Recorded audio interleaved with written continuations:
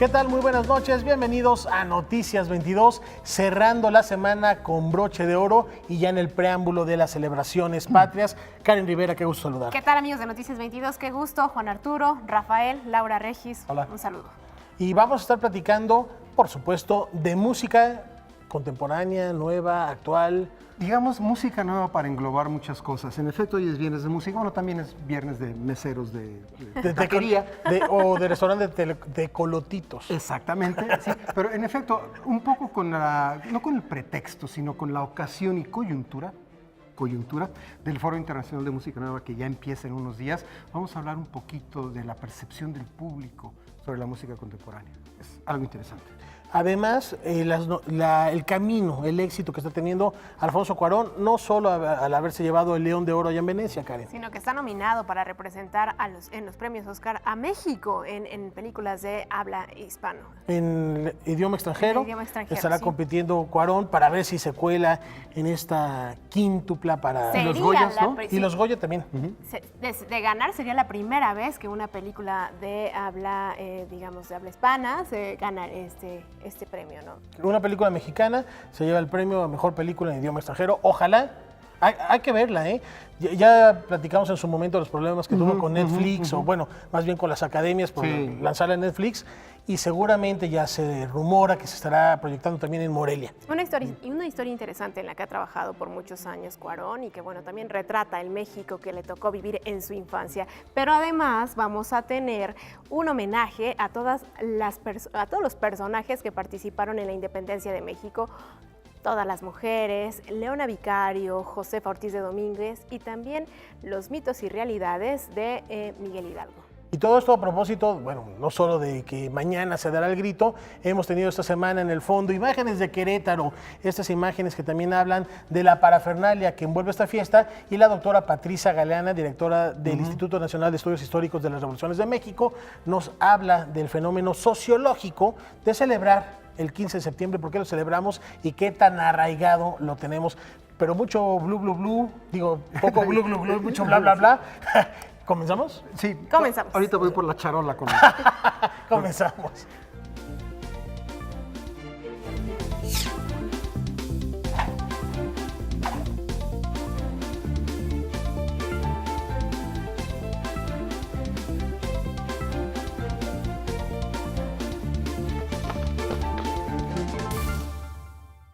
Antes de arrancar con celebraciones y el mes patrio, es importante también consignar lo que sucedió ayer, lo comentábamos, a 50 años de la marcha de 1968, en aquel entonces un viernes 13.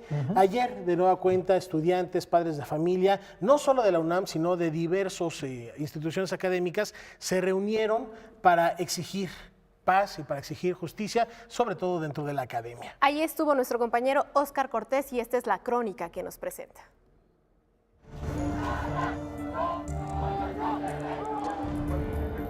Miles de jóvenes acompañaron a los miembros del Comité del 68 en la conmemoración de los 50 años de la Marcha del Silencio, que consistía en replicar la ruta de la movilización que fue del Museo Nacional de Antropología e Historia a la plancha del Zócalo. La respuesta es como hace 50 años, nosotros la tuvimos en silencio, pero esta va a ser una marcha silenciosamente estridente.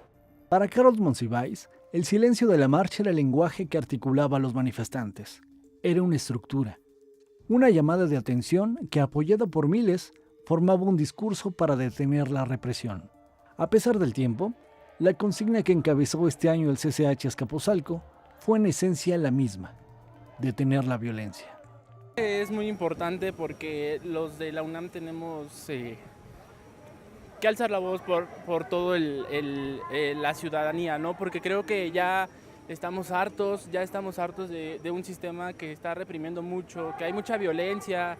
Creo que toda la población tiene que ser consciente, tenemos que expresarlo, que no estamos de acuerdo. Tenemos que unirnos, porque no puede seguir así. Es demasiada violencia e injusticia en el país y no está bien. Los estudiantes caminaron con la boca tapada, algunos con cinta, bufanda y otros con el puño en alto en señal de silencio.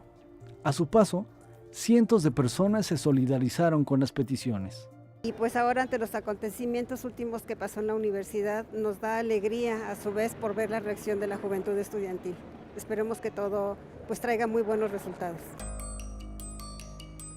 A la altura de la Diana Cazadora se encontraba el escritor Paco Ignacio Taibo II, quien recibía al contingente con la señal de victoria, una pequeña sonrisa y lágrimas en sus ojos.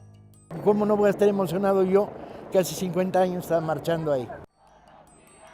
Al llegar al Ángel de la Independencia, la solicitud de justicia y el alto a la violencia que hicieron las nuevas generaciones irrumpieron el silencio. Hace 50 años salieron, tenían que callar porque así eran las circunstancias y ahora es momento de hacer las dos cosas. Gritar fuerte con el silencio y en cada glorieta volver a tomar con fuerza, con pulmón, esas demandas de hace 50 y que ahora del 2018, ¿no? Y que ojalá sean escuchadas. La juventud siempre ha estado viva. Yo siempre he estado en contra del prejuicio que dice que los jóvenes de hoy son indolentes, apáticos. Digo, cuando tienen un motivo y hay razones para hacer alguna expresión, la hacen. Ni el cansancio ni la lluvia detuvieron el paso de los 25,000 manifestantes que recorrieron casi 6 kilómetros para llegar a la plancha del Zócalo y exigir mejores condiciones para el país. Somos demasiados los que queríamos el día de hoy salir a las calles y creo que hemos logrado nuestro cometido de hacer que la voz de la comunidad estudiantil se escuche. Noticias 22, Óscar Cortés.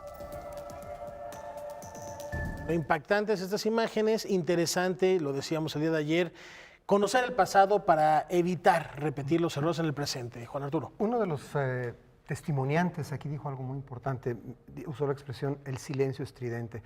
Creo que estamos de acuerdo, compañeros, que lo importante es que ese silencio estridente se escuche. Sí, y se haga algo al respecto. Esa es la intención, ¿no? Que también ayer comentábamos el silencio como una forma de discurso y de petición de justicia. En el 68 acudieron 300,000 personas, cerca de 300,000 personas. En este año acudieron 25,000. Fue una gran congregación a pesar de la lluvia, ¿no? Pues ahí está lo que sucedió el día de ayer y seguiremos dando cuenta de lo que pase más adelante porque esto, por supuesto, tiene muchas aristas y hay que tratarlas con mucho cuidado a propósito de lo que pasó el pasado 3 de septiembre precisamente en la UNAM con estudiantes del CCH. En la explanada de rectoría. En efecto. Bueno, y vamos a darle vuelta a la hoja y empezamos a celebrar no a México, sino a los mexicanos, porque Cuarón es candidato. Híjole, con la clarividencia de profeta que le caracteriza a nuestro compañero Julio López. Es que ayer ayer lo teníamos aquí en el estudio y él casi aseguraba que Cuarón iba a ser nominado para representar a México en los premios Oscar y así pasó. Vamos a ver los detalles.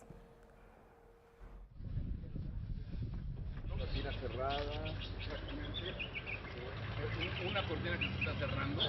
Como se esperaba, la película Roma del director Alfonso Cuarón fue la cinta elegida por los miembros de la Academia Mexicana de Artes y Ciencias Cinematográficas para representarnos rumbo a los premios Oscar y Goya.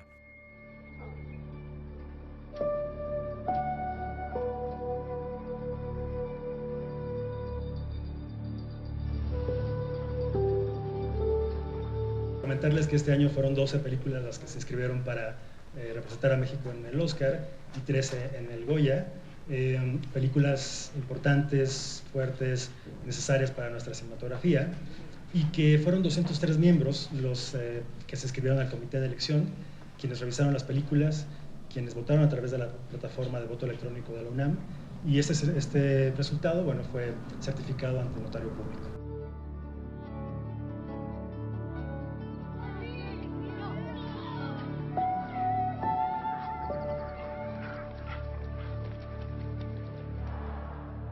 Para nosotros es muy importante esta posibilidad, ya que es una película que habla sobre México, sobre un México de hace 50 años, a partir de la memoria, y que fue hecha enteramente en este país. Todo el rodaje fue hecho aquí en las calles de esta ciudad.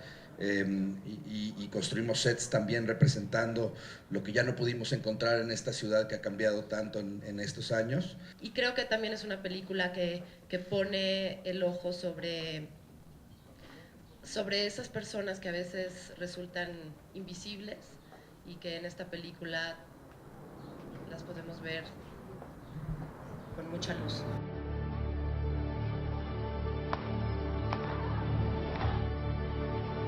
Ya es un secreto a voces que Roma de Alfonso Cuarón tendrá su estreno en México en el marco del Festival Internacional de Cine de Morelia.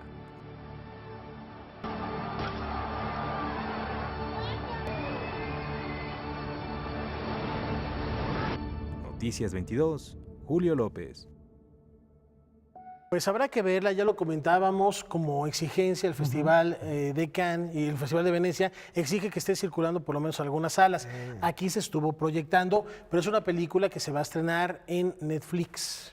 Y creo que eso es parte de lo importante de la discusión respecto a esta película como emblema de otras cosas. El cine está mutando a una velocidad verdaderamente monumental en muchos aspectos, y una de esas mutaciones tiene que ver con dónde se proyecta y se produce para qué. Yo creo que el día que se empiece a hacer muchísimo más cine solamente para los servicios como Netflix y las pantallas chicas, ese día el mundo se va a acabar y yo sí me voy a cortar las venas con un pan Bimbo. Yo soy de los, pues sí, de los antiguitos que sigue pensando que el cine en pantalla grandota es el cine. Lo demás es una buena Ese es el origen real, pero igual la combinación es interesante, porque ahora estamos hablando de que está en blanco y negro, ¿no? Y utiliza la nueva tecnología, como lo es el Internet, para difundirla. Entonces, y la historia creo que aquí lo que debemos analizar una vez que tengamos la oportunidad de tenerla en cartelera o en Netflix es ver la historia de Cuarón, ¿no? La historia de la vida de Cuarón, una película que lleva años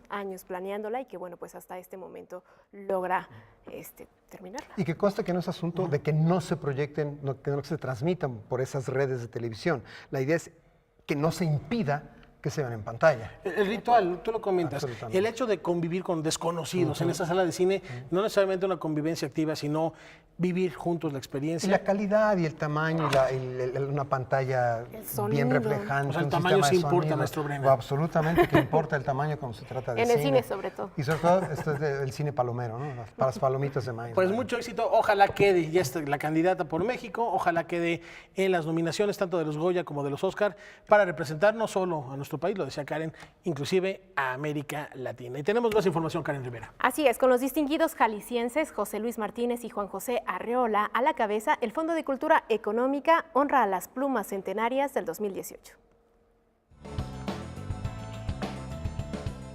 El Fondo de Cultura Económica anunció el lanzamiento en formato electrónico de las revistas literarias mexicanas modernas, como un tributo al editor y humanista José Luis Martínez, quien dio origen a estas publicaciones y quien fuera el director de esta casa editorial. Hasta ahora, se encuentran en línea los primeros 27 de los 52 títulos que incluye el acervo, y se espera que en el transcurso del mes esté disponible en su totalidad. La verdad es que hemos tenido muchos reclamos para satisfacer la demanda de que estén accesibles esta colección que hizo José Luis Martínez, y nosotros aprovechamos, de hecho lo acordamos, Rodrigo Martínez Barax y yo cuando empezaron las celebraciones en Bellas Artes, que este año tendríamos la colección de las revistas mexicanas modernas como literarias en la versión electrónica. Con la digitalización se podrá tener acceso a las principales revistas literarias aparecidas en México en la primera mitad del siglo XX, como Ruta, Contemporáneos y El Hijo Pródigo. Además de este anuncio, José Carreño Carlón, director del Fondo de Cultura Económica, celebró las publicaciones de los escritores Emma Godoy, Pita Amor, Jorge González Durán y Juan José Arreola, a quienes esta casa editorial les rindió un homenaje con diversas actividades por el centenario de su natalicio. Pues una oportunidad para acercarnos a los escritores del siglo XX. Rafael, Octavio Paz, Ali Chumacero, Javier Villaurrutia fueron tan solo algunos de los que participaron en estas revistas. Y tiene que ver con lo que vamos a platicar al ratito con Juan Arturo, que son escritores contemporáneos, de alguna manera son autores modernos. Que sí se leen. Que sí se leen y ya son también del canon clásico. Exacto, son lo que llamaríamos los clásicos del siglo XX o los clásicos modernos, donde aparentemente hay una contradicción, pero en realidad no la hay. Y así como pasa la música, pasa las letras y pasa también en las celebraciones de este mes patrio, que hablaremos después de una pausa.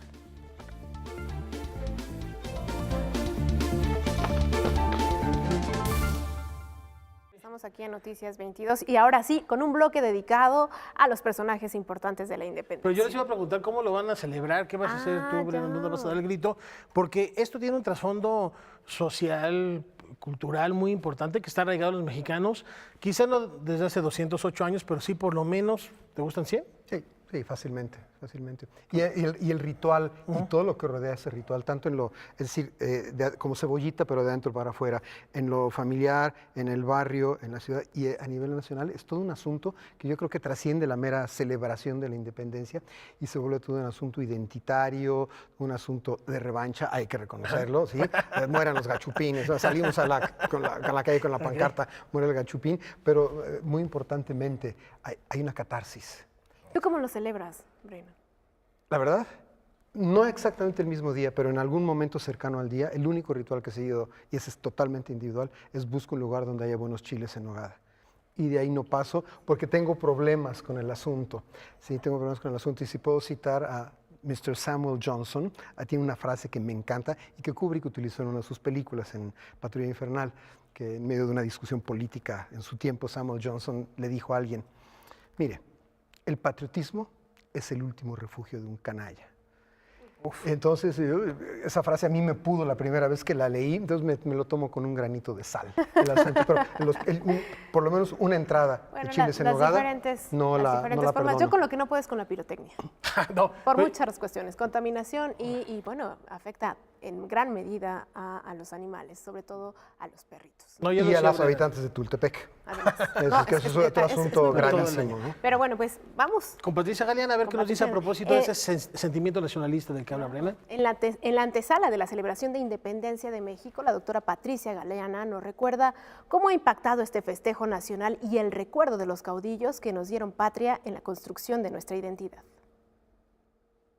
Ser mexicano es un sentimiento que está ligado pues al amor de nuestros padres, a la cultura que va desde la música mexicana, las obras artísticas y también nuestra comida.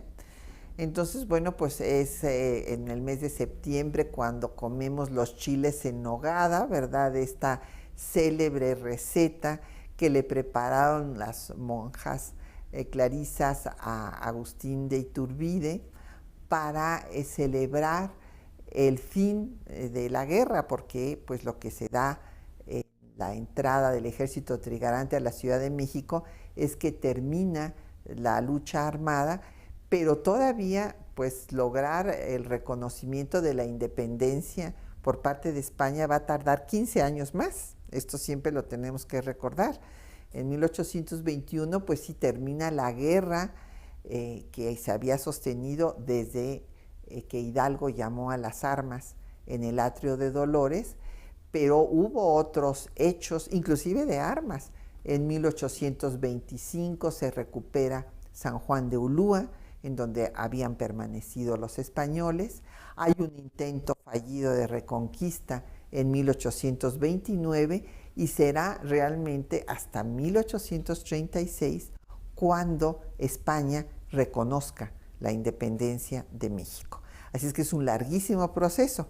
Pero bueno, en esta celebración pues se hacen los clásicos platillos mexicanos y desde luego no puede faltar el chile en nogada porque pues se deja, y esto es muy importante, no es un chile capeado, es un chile que se tiene que ver lo verde del chile, porque pues es el verde de nuestra bandera, el blanco de la nogada, que es otro de los colores de nuestro lábaro patrio, y el rojo pues se lo pone la granada, ¿verdad? Entonces esta receta y otras muchas que pues son parte de la cultura nacional y que nos sentimos muy orgullosos y orgullosas de ser mexicanos y de rendir en estas fechas tributo a los hombres y mujeres que nos dieron patria. Pues ahí está, es 1836, nos dice la doctora Galeana cuando reconoce España la independencia. Y bueno, viene a cuento también toda esta identidad gastronómica, ya ves, coincide contigo. Y también a mí me encantan los chiles en nogada, entonces... Y los mejores, como no lo vas a decir tú, ¿saben cuáles son los mejores chiles en nogada? Los que hace su mami. Los de su mamá. No voy a hacer menos. Pues, la vas a comprometer. Y de aquí al diván, aquí te vas al diván rápidamente. La comprometemos. Y bueno, tenemos más información. Tenemos más información. ¿Cuáles son los claroscuros de Miguel Hidalgo? ¿Cuál es la verdad y lo real de este personaje mítico, fundamental en la independencia de México? Vamos a conocerlos. Este ejercicio que abordamos Carlos y yo es interesantísimo, desmitificar, quitarle la pátina a uno de los héroes, el más famoso, digamos, del panteón de los héroes. Y esto es justamente lo que hacen Isabel Revuelta y Carlos Silva en el libro Cara o Cruz, Miguel Hidalgo, lectura que resulta por demás pertinente en estas fechas, cuando está a punto de celebrarse un aniversario más de la Guerra de Independencia. Tendemos a mostrarlos las cosas heroicas nada más. Y nos queremos saltar muchas veces, no todos los historiadores, pretenden saltarse muchas veces la parte de sus vidas, los claroscuros. Hubo cosas no admirables, hubo cosas terribles, hubo cosas muy humanas en este personaje que es el cura Hidalgo. ¿Para qué te sirve la historia, en realidad? Está muy bien conocer a Hidalgo, de un personaje que hace 200 años, poco más de 200 años, pero ¿y eso cómo nos viene a funcionar a los mexicanos en la actualidad, no? Yo creo que precisamente es un ejemplo de que ya no es un país para un solo héroe, ya es un país que otra vez debe de generar esperanza, la esperanza perdida ante tanta violencia. Hay que volver práctica la historia y hay que tener sus enseñanzas. Venimos de todo mundo de estudiar historia oficial, donde nos enseñan fechas y nombres, no hombres. No nos enseñan los procesos, no nos enseñan a reflexionar los procesos. Hidalgo creo que inicia uno de los procesos más significativos en la historia de este país, que es el inicio de la lucha por la independencia. Con información y texto de Irma Gallo, Óscar Helguera, Noticias 22. Bueno, siempre bajar del pedestal es un tema muy delicado, bajar a los héroes del pedestal, pero hay que recordar que son seres humanos con pasiones, con pulsiones, con defectos, con virtudes, y bueno, y de Hidalgo se cuenta cualquier cantidad de historias, de desventuras. Dicen que los famosos 3 golpes de tacón que dio doña Josefa fueron precisamente la cabecera, ¿no? Exactamente. Exactamente. Eso es parte de la historia, cómo se va construyendo y cómo se va desmitificando a estos personajes sin restar y demeritar de ninguna manera la trascendencia que tienen en la historia de nuestro país. Y no es malo humanizar de vez en cuando a los héroes, porque finalmente cuando están tan lejos es muy difícil acercarse a ellos, y si los acercamos un poquito a ellos, a nosotros, quizá los entendamos mejor. Eso es importante, entender mejor a los héroes y superhéroes. Y ahí nos podemos encontrar hasta identificados. Y ahora, Karen, ¿qué te parece? Digo, estamos viendo Querétaro de fondo, pero nos vamos a ir a un lugar emblemático de la Ciudad de México. Y a verlo desde las alturas. Vamos a ver al castillo de Chapultepec. Edificado en la cima del Cerro del Chapulín, sitio emblemático por ser lugar sagrado y sitio estratégico de los mexicas, el castillo de Chapultepec ha sido escenario de las transformaciones políticas de México. La historia de este gran centinela de la capital, testigo silente del devenir nacional, se remonta a más de 230 años en el pasado, cuando el virrey Bernardo de Gálvez y Madrid dio inicio a su construcción. El levantamiento del edificio, compuesto de 2 pisos con habitaciones para el virrey y su servidumbre, tuvo a la sazón un costo cercano a los 300,000 pesos, y se ubicó en la cúspide donde años atrás los monarcas mexicas erigieron un instrumento de medición astronómica y crearon un adoratorio para el dios Tlaloc, sobre el cual Hernán Cortés mandó a edificar una ermita franciscana dedicada a San Miguel Arcángel. En 1785 los trabajos que daban forma al castillo fueron suspendidos y el virrey Manuel Antonio Flores recibió la Real Orden de subastarlo en 60,000 pesos. Venturosamente no hubo compradores. En los albores del 19, el caserón fue desmantelado a pesar de los reproches del insigne geógrafo Alexander von Humboldt.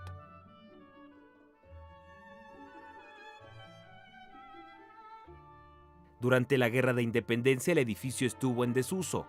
Tiempo después se convirtió en sede del Colegio Militar y escenario de la batalla de sus cadetes contra el ejército de los Estados Unidos en 1847 durante la invasión norteamericana. La defensa heroica que de él se hizo lo convirtió en uno de los últimos baluartes que resistieron en la Ciudad de México. En junio de 1864, el emperador Maximiliano de Habsburgo y su esposa, la emperatriz Carlota, fijaron en este sitio su morada cautivados por las hermosas vistas del Valle de México que se aprecian desde el lugar. El castillo, de estilo neoclásico, y los decorados que lo engalanaron hicieron de él una obra de arte per se desde entonces.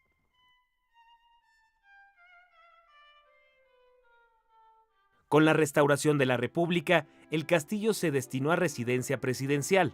Allí vivieron Porfirio Díaz, quien convirtió Chapultepec en el parque público de la ciudad, Madero, Carranza, Obregón y Calles, hasta que el general Lázaro Cárdenas decidió convertirlo en un museo, trasladando la residencia especial para los presidentes al Rancho de la Hormiga, hoy Los Pinos.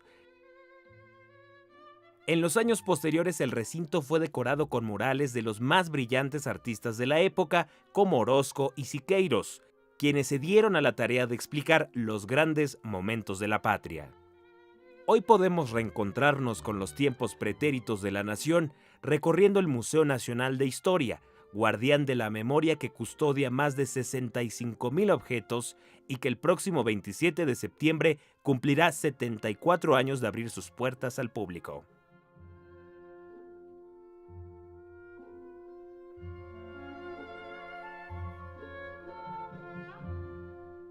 Dan ganas de ir otra vez, ¿no? A Chapultepec y recorrer el bellísimo Museo de Historia. ¿No te llevaron cuando eras chiquito con la escuela? Sí, siempre, y varias veces, y al Museo del Caracol que está ahí a la entrada, y al Monumento a los Niños Héroes, en fin, un testigo, como bien dice esta nota, mudo de nuestro porvenir.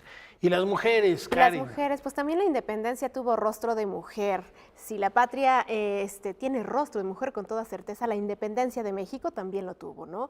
Estas mujeres hicieron posible la insurrección libertaria. La independencia de México no podría entenderse sin el papel que las mujeres novohispanas realizaron en favor de la libertad del país.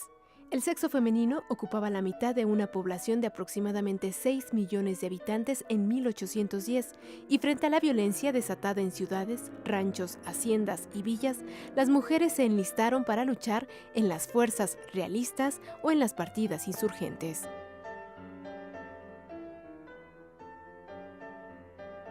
Fue inmortalizada por un descendiente de ella, que fue don Artemio del Valle Arizpe, que escribió una novela histórica sobre ella. Pero es una mujer muy interesante que había también apoyado a los guadalupes, también de clase alta, y que ella se caracterizó por ser una transgresora al deber ser de la mujer en su época. Su primer marido fue un golpeador que casi la mata, el señor Villamil. Ella tuvo una vida social muy activa y reunía a conspiradores a favor de la causa independentista.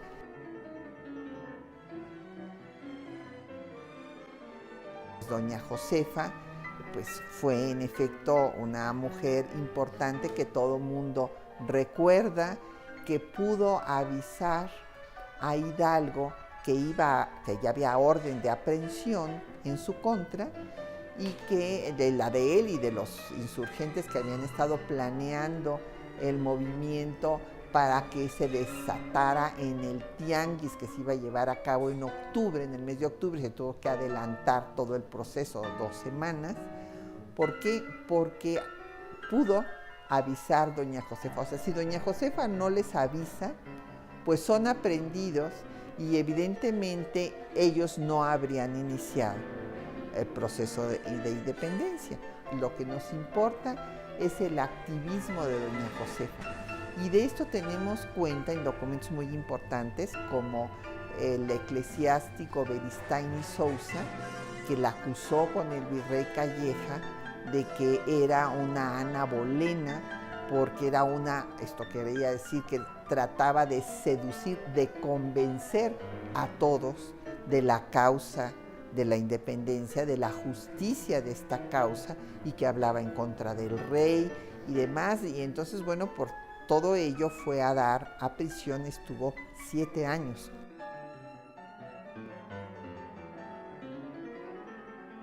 Leona Vicario, que es la única cuyos restos están en la columna de la Independencia. Esta era otra mujer también de clase alta, inclusive de más recursos que doña Josefa, y donó parte de sus recursos a la causa, y fue una activista que también informaba de lo que iba a hacer el ejército realista en contra de los insurgentes.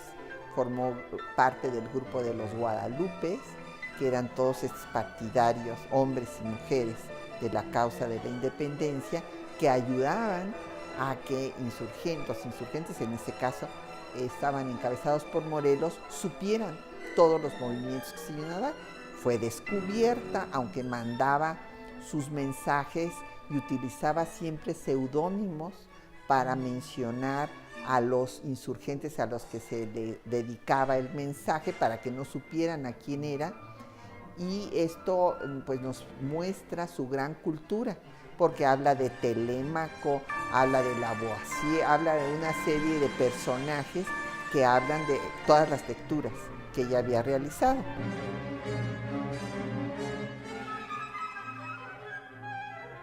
Mujeres fundamentales para entender la historia.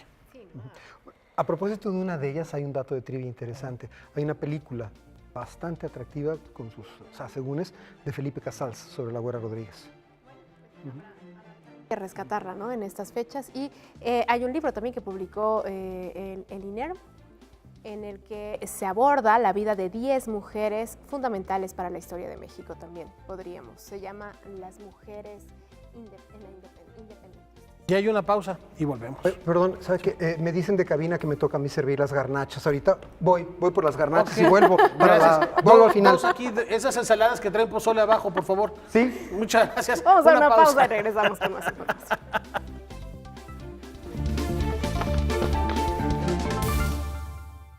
Karen, no solo la comida que hemos estado platicando, no solo esta idiosincrasia, hay también prendas que son características de nuestra tierra y que generan identidad allende las fronteras. Pues sí, una de ellas es el rebozo. Vamos a arroparnos con el calor de esta telar por manos mexicanas en el marco de las fiestas patrias.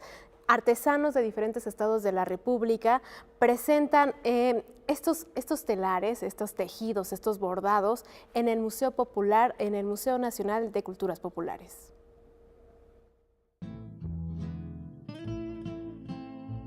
El Museo Nacional de las Culturas Populares exhibe la feria artesanal Tápame con tu rebozo Arte Popular Mexicano 2018, que reúne a más de 50 tejedores provenientes de diferentes estados de la República.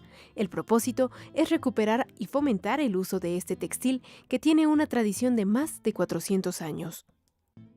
El rebozo es una prenda muy característica de México y existe una tradición rebocera muy importante. En esta ocasión nos acompañan 20 grupos productores de rebozo que son de Michoacán, del estado de Hidalgo, del estado de Oaxaca, tenemos también del estado de Zacatecas, de Aguascalientes y obviamente del estado de México y Santa María del Río, que son las dos tradiciones reboceras, digamos como que más características. Santiago Durán es uno de los representantes de la comunidad de Uriangato, Guanajuato, que se ha resistido a desaparecer la elaboración de esta prenda en su estado. El hilo nos lo mandan pues de Puebla, lo lavamos, lo teñimos, hacemos lo que es el jaspe de lo que es, allá lo vamos el amarrado para hacer el dibujo, el diseño. Y pues también buscamos hacer también algo de liso, pues, bueno, le buscamos ahí la forma de de cómo salir adelante con el rebozo. Las comunidades indígenas mestizas, mayas, tzotziles, nahuas, mixtecas, triquis y purépechas participan en esta feria, como es el caso de la montaña alta de Metlatónoc, Guerrero, considerada una de las más pobres del país.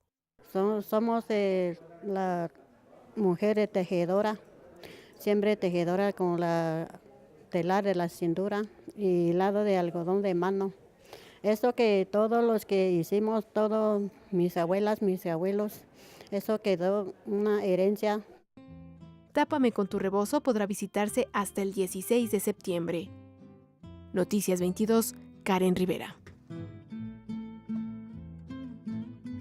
Más de 500 millones de personas hablamos español en el mundo, pero solo a los mexicanos nos ha sido dado a entender expresiones como chido, ahorita o mala copa. Por eso Larousse celebra esas palabras que hemos hecho eminentemente nuestras. Todos reconocemos y conocemos algunas palabras que ciertamente conocemos como mexicanismos y que nos identifican.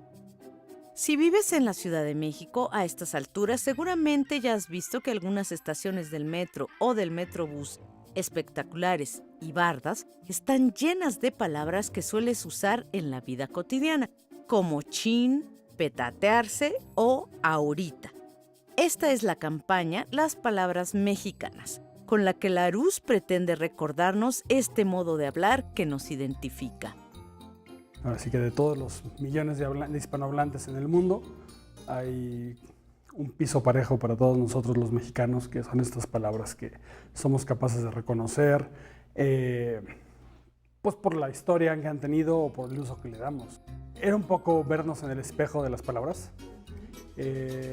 También hubo un trabajo de decir, oye, estas palabras difícilmente llegan a ser escritas. O sea, palabras como cucho, malacopa, las usamos en el oral mucho tiempo. ¿Qué poder puede tener el hecho de que alguien se tope en la calle con la palabra güey y que vea que no se escribe con W, que se escribe con G y con U y con diéresis? Y una palabra que usamos tanto que lleva diéresis, por ejemplo, ¿no? Larousse ya había tenido una campaña exitosa de frases contra el acoso en espacios públicos.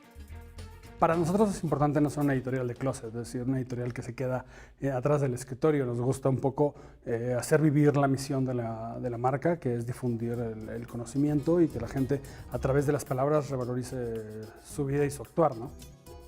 Noticias 22, Irma Gallo.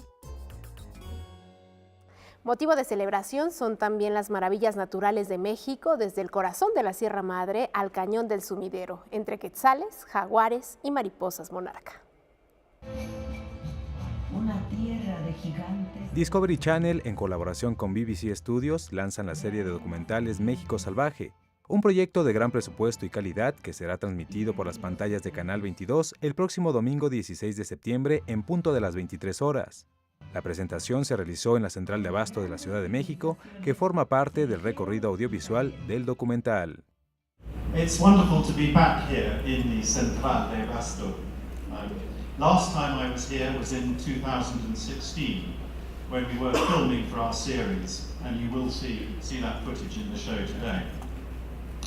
And we felt that there was no better way to illustrate the productivity and the richness of your fertile soils, your fertile volcanic soils here in central Mexico than by showing the very busy day-to-day activities here in Central de Abasto.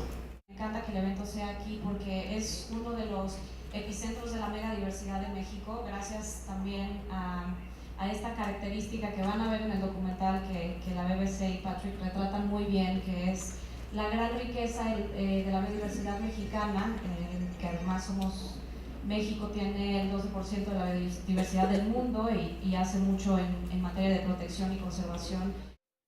El primer episodio, llamado Mundos Montañosos, es un viaje al corazón de las tradiciones de los rarámuris.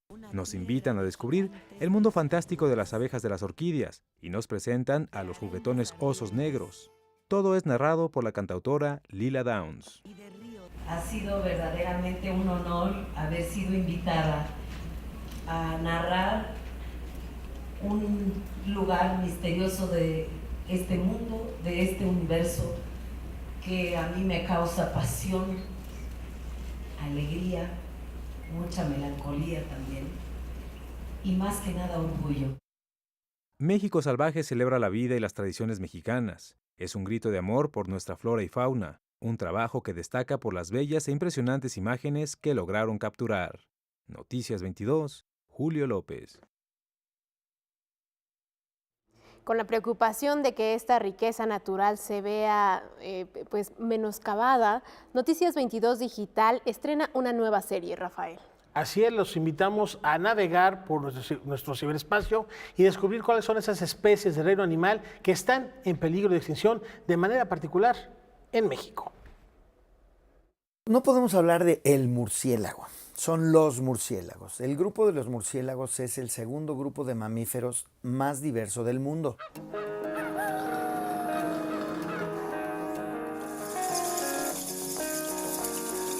¿Cuántas tortillas has comido en el día? ¿Has tomado café? ¿Un tequila?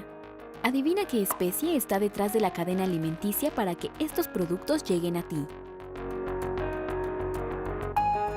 Nosotros hemos demostrado que los murciélagos dispersan entre 2 y 5 semillas por metro cuadrado más que las aves. Las aves dispersan entre media y 1 semilla por metro cuadrado por día.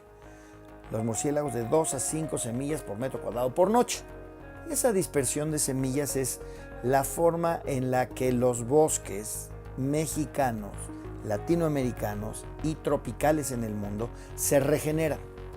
Además de la polinización, los murciélagos también son uno de los controladores de plagas agrícolas más importantes del mundo. Nosotros hemos calculado que nada más en la franja fronteriza norte de Sonora a Tamaulipas existen entre 10 y 20 millones de murciélagos de una sola especie, el murciélago guanero. Cada millón de murciélagos destruye 10 toneladas de insectos cada noche. Cada noche. Cada millón. Entonces ustedes nada más imagínense qué pasaría si de la noche a la mañana perdemos a esos murciélagos. Pues esos insectos se irían acumulando y acumulando y acumulando y en unos cuantos meses pues no tendríamos cosechas. Los murciélagos habitan en todos los ecosistemas del mundo excepto en el polo sur y norte. En México existen 138 especies de las 1.300 que hay en total. Su taxonomía es muy distinta. Pueden tener orejas grandes o chiquitas, trompas largas o cortas, ser de color gris, café, negro, blanco o tener manchas.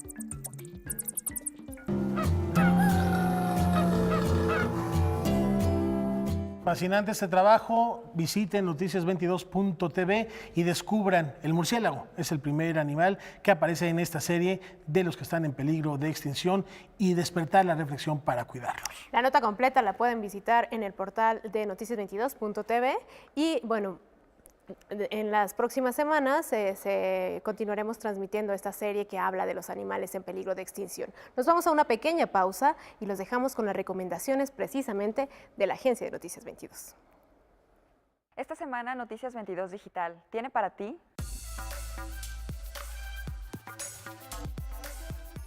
¿Quieres saber más sobre la evolución y la riqueza natural de México? En nuestra sección Redescubriendo Museos, te llevamos en un recorrido por el Museo de Historia Natural en la Ciudad de México. Lydia Davis es una de las voces más destacadas de las letras estadounidenses. Escritora de relato corto, sus cuentos están llenos de humor e ironía. Platicamos con la autora en su paso por México a propósito del pasado Hey Festival celebrado en la ciudad de Querétaro. De las 140 especies mexicanas de murciélagos que hay, 17 están amenazadas y 4 a punto de desaparecer. En nuestra sección En Peligro, te invitamos a conocer más sobre este mamífero que tiene un papel relevante en la conservación de los ecosistemas. En nuestra página podrás leer un adelanto de la nueva novela de Vivian Gornick, La mujer singular y la ciudad, publicada por Sexto Piso. También compartimos contigo algunos poemas del mexicano Hubert Matiguá del libro Cordel Torcido. Te invitamos a que nos sigas en nuestras redes sociales y a que nos leas en noticias22.tv.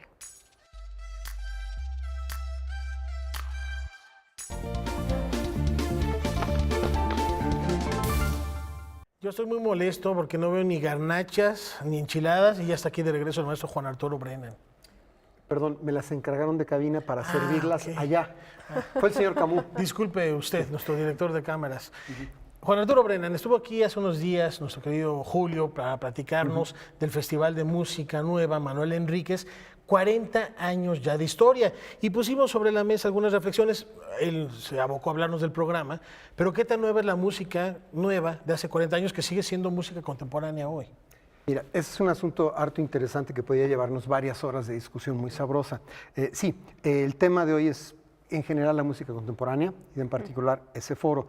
Y sí vamos a aprovechar para hacer el comercial. El Foro Internacional de Música Nueva Manuel Enríquez cumple en efecto 40 años, inicia el próximo viernes, el día 21, y va a estar hasta el 14 de octubre.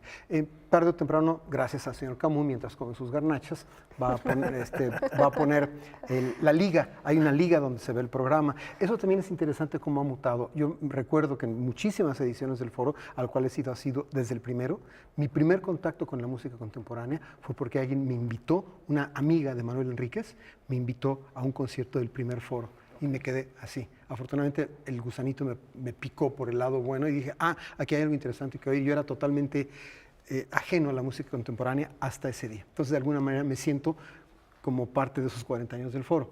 Ahora, y recuerdo que siempre veía las carteleras en los medios impresos. Hoy ya hay muy poco. Entonces, también eso ha migrado a las redes. Me parece bien, pero no sé si a exclusión de otro tipo de promoción. No sé, José Julio inclusive comentaba que es un festival multidisciplinario, donde habrá propuestas, donde sin video no funciona la propuesta de música contemporánea, o sin proyecciones no se vive igual. Van a proyectar Metrópolis de Fritz Lang con música en vivo, y de repente encontramos nombres como del propio Manuel Enríquez, pero está Mario Lavista, pero también encontramos Arvo Pärt, que ya es un clásico. Un clásico moderno, un clásico contemporáneo. Y ahí es donde empezaré la discusión. Es decir, la gente en general, el público que va en masa a oír el segundo de Rachmaninoff y el bolero de Ravel y el Pango de Moncayo y la novena de Beethoven y Carmina Burana, etcétera, se acerca poquísimo, más bien nada, a la música contemporánea. Tratas de dialogar con ellos y es que es música muy fea, es música que no entiendo, es música muy áspera, etcétera. Y por donde yo siempre ataco y siempre los destruyo, que no es mi intención, sino más bien tratar de convocarlos, es, oye, dices que no entiendes la música contemporánea, ¿a Mozart sí lo entiendes? No, claro, oye, explícame cómo funciona la relación de los temas del primer movimiento de la 40 de Mozart. Entonces, eso de que no es que la música contemporánea no la entiendo. Y Mozart fue contemporáneo de los del siglo XVIII. Absolutamente. Y era música nueva, perdón. No, y es un punto importante. En ese sentido, ¿cómo nosotros podemos entender la música contemporánea, ¿no? Al final, este festival que tiene 40 años de vida nos hace reflexionar sobre eso, ¿no? ¿Qué está pasando con el panorama de México en términos de música contemporánea? ¿Cómo se está viviendo la música contemporánea en el país? Justamente ahí cerramos un ciclo. El hecho de que un evento, un ciclo dedicado íntegramente a música del siglo XX y ahora XXI, haya durado 40 años contra mucho viento y mucha marea, ya nos da un poquito de esperanza. O sea, yo no sé si existe otro lugar en el mundo, digamos, países como el nuestro, que no sean Alemania, Inglaterra, etcétera, donde haya habido una serie dedicada totalmente a la música nueva que haya durado 40 años y pasando por temporadas muy difíciles.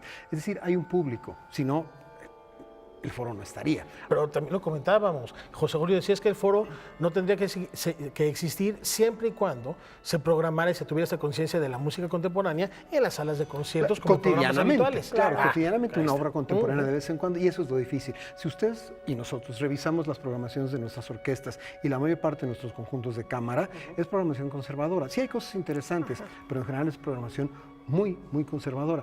Sin ir más lejos, lo promovimos aquí y lo seguimos promoviendo. Nuestros vecinos de la Blasga, el Blasga Lindo, el ciclo en blanco y negro. Pianistas de altísima calidad, programas muy buenos, pero acotados a música de antes. Muy buena música, no lo dudo, pero es música de antes. Pero fin de semana no hay, ¿eh? Sí, no, estamos de fiesta todos, carnachas. Entonces, Karen, decías, ¿cómo nos aproximamos a la música contemporánea? ¿Cuáles son estos elementos, ¿no? Que se han ido sumando, además de la tecnología, además digamos, de lo visual, de lo tecnológico? Mira, yo suelo, cuando me dejan, porque no es muy seguido, ofrecer cursos sobre ese tema. De hecho, el título es un curso estándar que doy, le puse un nombre que refleja mi sentir. Mi curso sobre música moderna y contemporánea se llama La música del siglo XX no muerde. Y es algo en lo que creo, pero integralmente, ¿sí? Y cuando tengo estas discusiones con conocidos, con melómanos que todavía no se han metido en esto de lo nuevo, o con mis alumnos, me preguntan, ¿cómo le hago? No puedo entrar en la música contemporánea. Y yo les doy un consejo, que les comparto a ustedes y les comparto a ustedes, ¿dónde estoy aquí? Que les comparto a ustedes gratis, no voy a cobrar por el consejo. Al entrar a la música contemporánea, si los oídos no pueden con ella, lo que hay que hacer es clic, cambiar el chip, cambiar de hemisferio cerebral y al principio tratar de escuchar la música contemporánea como una experiencia intelectual, no sensorial. ¿Qué está pasando? ¿Qué ruido, qué sonido estoy oyendo? Y si estoy viendo que están tocando violines y suenan como flautas, ¿por qué? Y después ir a preguntar. Hacerlo primero como una experiencia intelectual, ¿sí? Y después tratar de disfrutarlo con las tripas. A mí me funcionó al principio y a mucha gente que se lo ha aconsejado le ha funcionado. ¿Y saben cuál es la gran ventaja? Que funciona al revés. Que una vez que uno domina eso y puede empezar a acercarse a las muchísimas maravillas que hay en la música contemporánea, uno puede dar la vuelta y empezar a escuchar a Bach y a Mozart y a Monteverdi y a todos los demás, también como una experiencia intelectual y no solamente sensorial, es decir, disfrutar melodía, armonía y forma en la música de Mozart y también poner atención como un ejercicio intelectual, cerebral, ¿qué está pasando aquí? ¿Qué estoy escuchando? Bastante, bueno, gracias por todo. No, por el consejo. A mí me funcionó y les ha funcionado mucho. Fíjate que yo justo hace un momento platicaba con un compañero sobre la ópera contemporánea. Es un tema monumental. Y va a haber ópera aquí en el Festival de Música Nueva. Y me llama mucho la atención porque, híjole, he tenido la oportunidad de ver algunas puestas de ópera y no puedo con ellas. Claro, porque hay una complicación, porque es un multimedia auténtico, ¿no? A propósito de lo que mencionaba Karen, el próximo fin de semana, de una vez el comercial, Aura, la magistral ópera de Mario Lavista en el Teatro de la Ciudad. Revisen sus horarios, la cartelera, van a ser ocasiones únicas. Próximo fin de semana, la ópera Aura, por supuesto sobre Carlos Fuentes, ¿sí?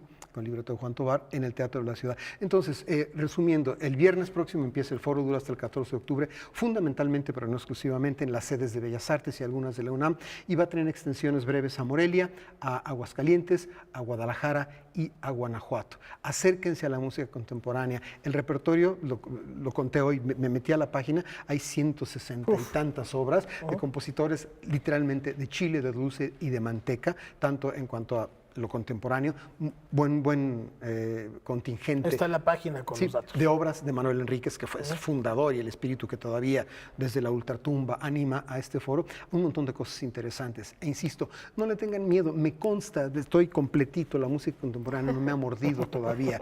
Pues, salvo hay alguna música fea, pero también hay música fea de antes. Y experimentaciones sonoras que quizá no son tan fáciles de analizar o de sentir, como dices, hay que sentir ya tendremos oportunidad de hablar de la ópera contemporánea. Por el momento, bueno, se nos acabó el tiempo. Brennan, Rafael, pues hasta aquí llegó la información este viernes. Disfruten de su fin de semana. Y vamos al Foro de Música Nueva Manuel Enríquez.